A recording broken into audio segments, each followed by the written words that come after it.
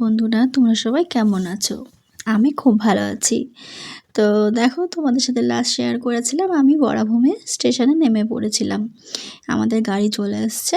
এবার আমরা যাব আমাদের গন্তব্যস্থলের দিকে। তো এমনিতে ওদের বাবাদের অফিস থেকেই গাড়ি পাঠায়, কিন্তু সেই দিনকে আসলে ট্রেনের টাইমটা ওই গাড়ির টাইমের সাথে ম্যাচ ছিল না। তাই আমরা একটা ভাড়া গাড়ি করেছিলাম, সেই গাড়িটা করেই আমরা এখন যাচ্ছি। তো কারা কারা পুরুলিয়ার অযোধ্যা পাহাড় গেছো অবশ্যই কিন্তু জানিও। তো দেখো রাস্তাটা, এই রাস্তা দিয়েই অযোধ্যা পাহাড় যাওয়া যায়। তবে কি বলো তো, দুটো রাস্তা আছে, একটা এটা রাস্তা, একটা পাহাড়ের গায়ে রাস্তা থাকে। তো আমরা এই বরাভূমে যেহেতু নামি, সেহেতু আমরা এই রাস্তাটা দিয়েই যাই। তো রাস্তাটা খুবই সুন্দর, দুদিকে পাহাড় দেখা যায়, কত গ্রাম পেরোয় এই আর কি। তো এই সকল পরিবেশে এসে সত্যি মনে হয় বেশ কয়েকদিন থেকে যায়। তো বেশি কয়েকটা দিন, 7 দিন মতো ছিলাম, তারপর ফিরে এসেছি। কারণ আমার মেয়ে যদি ঘুরতে যায়, সেখানে সে পড়াশুনো একদমই পছন্দ করে না। সেই জন্য বই খাতা বিশেষ কিছু নিয়ে যাওয়া হয় না। তো বেশি দিন পড়াশোনায় গ্যাপ দিলে আবার ওর পড়ায় মনটা ঠিকঠাক বসতে চায় না। তাই জন্য ভেবে দেখলাম যে না, বেশি দিন থাকবো না, 7 দিন মতো থেকে চলে আসবো। তা আমরা এই রাস্তা ধরে যেতে যেতে এই রাস্তার ওপরে নতুন একটা রিসর্ট করেছে, সেটা হচ্ছে মাঠা রিসর্ট। তো ওই রিসর্টটা শুনছি নাকি খুব ভালো হয়েছে, আমি যাইনি, কিন্তু অনেকের মুখেই শুনলাম যে না, খুব সুন্দর করেছে।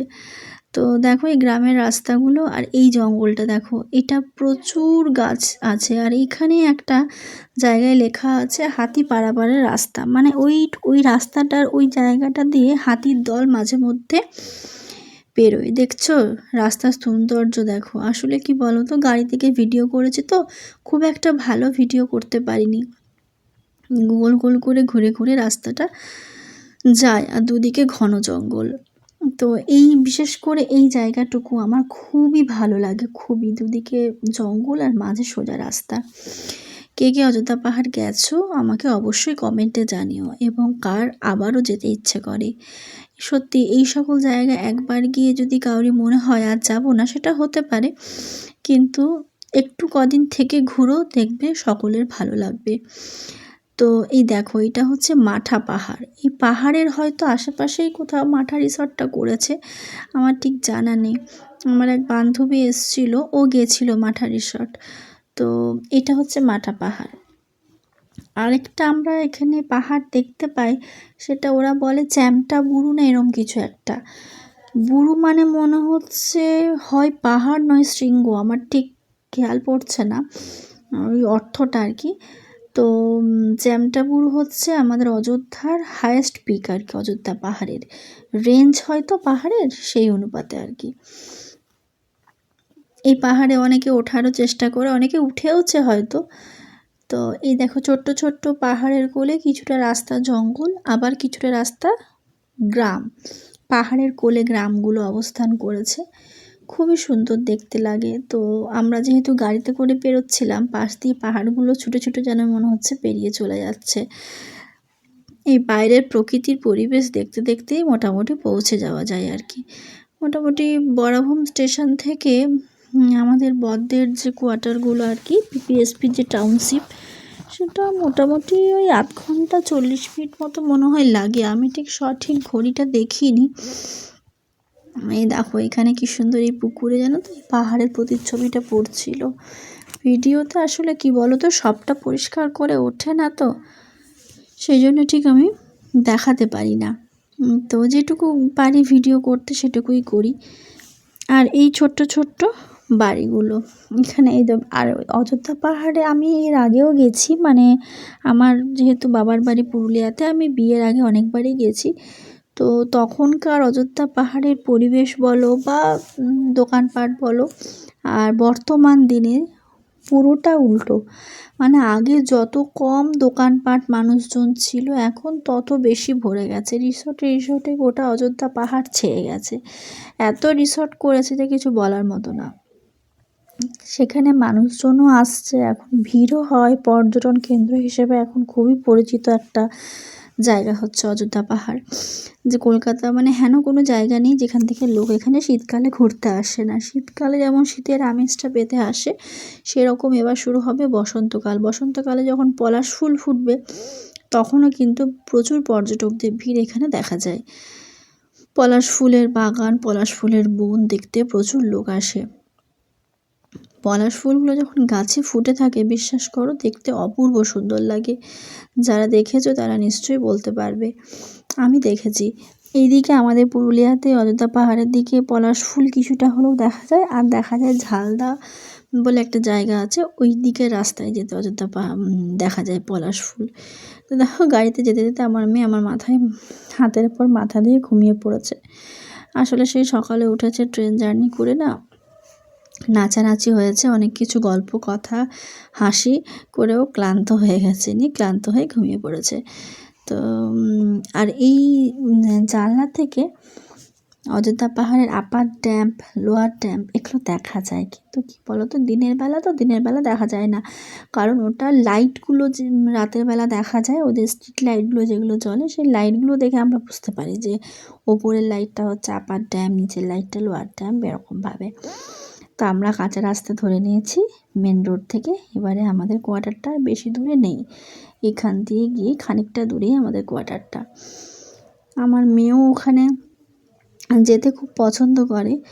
আর এই ছুটির টাইমটাতে গেলে সব ফ্যামিলিরাই আসে, তো একটু রাস্তাঘাটে বেরোলে ও একটু খেলাধুলো করতে পারে। খোলা জায়গা তো খুব একটা বেশি পাওয়া যায় না এদিকে, সেই জন্য ওখানে খোলা জায়গাতে ও খুবই দৌড়াদৌড়ি এগুলো করে। আবার কিছু কিছু টাইমে যখন থকে যায় বলে মা আর ভালো লাগছে না, তুমি রুমে নিয়ে চলো, এই আর কি। আর এইদিকে যত এই জায়গাগুলো দেখছো এগুলো সব কিন্তু ধান ক্ষেত, ধানগুলো মোটামুটি সব কাটা হয়ে গেছে আর কি। আর ওই যে দেখতে পাচ্ছ ছোট্ট ছোট্ট ঘরগুলো, ওটাই হচ্ছে ওদের কোয়ার্টারগুলো। ঠিক পাহাড়ের কোলেই আমাদের রুমটা। আমি বাবুকে ওঠাচ্ছি, বাবুরে ওঠ, এবার কিন্তু কোয়ার্টার চলে এসেছে। তো দেখো হাত পা নাড়ছে, মানে এবার সে আর ধীরে ধীরে উঠছে। আসলে ট্রেনে আসে তো, ট্রেনে এসছে তো ক্লান্ত হয়ে থকে গেছিলো। তারপর একটু মাঝখানে আমরা এই গাড়িতে চাপার পর মাঝখানে একটু দাঁড়িয়েছিলাম, একটু গোলদারি দোকানে কিছু জিনিস কিনে নিলাম। আসলে ওদের কোয়ার্টারটা এমনই জায়গায় সেখানে কোনো দোকানপাট নেই, মানে সেখান থেকে দোকানে আসতে হলেও ওকে খানিকটা পথ আসতে হবে আর কি। তো সবসময় পসিবল হয় না, আর আমি একা সহজে ওখানে বেরোই না। ওই জন্য বাবা বললো চলো যাবার পথে রাস্তাতে দাঁড়িয়ে গাড়ি যেহেতু বুক করেছি কিছুটা জিনিস নিয়ে যায়, আবার প্রয়োজন যদি মাঝখানে হয় তখন আবার আমি কিনে নিয়ে যাব। তো সেই জন্য মাঝ রাস্তায় একটুক্ষণ দাঁড়ানো হয়েছিল। ওই কিছু টুকিটাকি গোলদারি জিনিস, বিস্কুট টিস্কুট এগুলো আর কি, মেয়ের কিছু দাবি ছিল, সেগুলো কেনাকাটি করে আমরা আবার কোয়ার্টারের দিকে রওনা দিলাম। তো এইটা আমরা রাস্তার মধ্যে দিয়েই যাচ্ছি, মনে হচ্ছে না কোয়ার্টারে ঢুকে গেছে কি, হ্যাঁ আমরা ঢুকে গেছি এর মধ্যে, কোয়ার্টারের মধ্যে। তো দেখো এইটা হচ্ছে কোয়ার্টার যাওয়ার রাস্তায় নিয়ে হচ্ছে সিকিউরিটি। যেহেতু বাবাকে চেনে সেহেতু গাড়িটা আটকালো না, কিন্তু অন্য নতুন গাড়ি ঢুকলে কিন্তু সিকিউরিটিরা আটকায় নাম্বার টাম্বার লেখে। তো এই দেখো এই কোয়ার্টারগুলো, বিভিন্ন রকমের কোয়ার্টার রয়েছে। তো এই বাবা যেটাতে থাকে সেটা হচ্ছে ফিল্ড হোস্টেল। ওর বাবাদের এই হোস্টেলে যারা মানে নতুন হয়তো জয়েন করতে এলো, কিছুদিন থাকলো, তারপর কোয়ার্টার পেলে ওরা চলে যায়।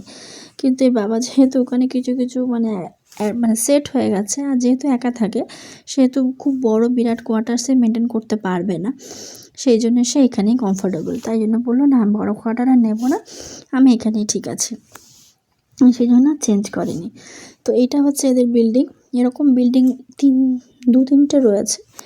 আর দেখো নিচে হচ্ছে ক্যান্টিন, এই ক্যান্টিনে কিন্তু খাওয়া দাওয়া হয়, মানে আমার বর এখানেই 12 মাস খায়। তো আমিও গেলে এটা একটা খুব ভালো আমার সুবিধা হয়, আমি রান্না বান্না কিচ্ছু করি না, আমিও কিন্তু ক্যান্টিনেই খাই। আমার মেয়ে যখন ছোট ছিল তখন করতাম, এখন মেয়ে বড় হয়ে গেছে, মেয়েও খায় আমিও খাই, এই জন্য ওখানে যতদিনই থাকি রান্না থেকে আমার ছুটি, এটা আমার একটা খুব পজিটিভ পয়েন্ট। তো দেখো আমি ওপরে উঠছি, ওদের কোয়ার্টারগুলো কিন্তু এরকম গোল গোল করে ওপরে ওঠে। ওদের দুটো ইউনিট, এটা ফার্স্ট ইউনিটটা, ওই দিকটা সেকেন্ড ইউনিট, প্রত্যেকটা তালায় দুটো করে ইউনিট আছে। তো তো দেখো আমরা থার্ড ফ্লোরে উঠে গেছি, ওখানেও কিন্তু আমার বাড়িটা হচ্ছে, কোয়ার্টারটা হচ্ছে থার্ড ফ্লোর, ওই জুতোর র্যাকটা দেখতে পাচ্ছ ওটা। আর ঠিক এটার ওপরেই হচ্ছে ছাদ, ওই জন্য গরমকালে বেশ একটু গরম হয়, কিন্তু শীতকালে আরামই লাগে। তো দেখো এবার চলো তোমাকে রুমে ঢুকবো, আমরা রুমটা ঢুকে দেখাচ্ছি তোমাদেরকে। আমার মেয়ে দাঁড়িয়ে আছে কখন গেট খোলা হবে আর কি। তো ওর বাবার কাছে চাবি ছিল, ওর বাবা এলো, তারপর গেটটা খোলা হলো আর কি। এই দেখো আমরা ঢুকে পড়েছি। এটা হচ্ছে একটা বসার ঘর কাম শোয়ার ঘর, মানে আমরা যদি বেশি লোক আসে তখন আমরা এখানে গদি পেতে শুই। মেয়ে এসেই ফ্রিজ খুলে দেখছে বাবা আমার জন্য কী রেখে গেছে, সে যা ধান্দায় আছে আর কি, দেখছে যে কোনো চকলেট টকলেট বাবা রেখেছে কি না। সঙ্গে সাথে কিন্তু কিনে এনেছে। আর এটা হচ্ছে আরেকটা রুম, বেডরুম। তো দেখো অবস্থা দেখো, মানে প্রত্যেকবার আমাকে গিয়ে আগে ঘর পরিষ্কার করতে হয়, তারপর আমি ঘরে থাকতে পারি, মানে এতটাই ওইরমভাবে থাকে। দেখেছো ঠাকুরের সামনে ধূপ জ্বেলেছে, ধূপের একটা কাঠিও কিন্তু সে ফেলেনি, হ্যাঁ সমস্ত জগিয়ে রেখেছে। আবার যদি তাকে বলি যে তুমি কেন ফেলোনি, তখন কি বলে জানো তো, বলে যে তোমাকে প্রমাণ দিয়েছি যাতে আমি ধূপ জ্বেলেছি। তো চলো বাকি গল্প আবার পরের ভিডিওতে করব। সবাই ভালো থেকো, সুস্থ থেকো, টাটা।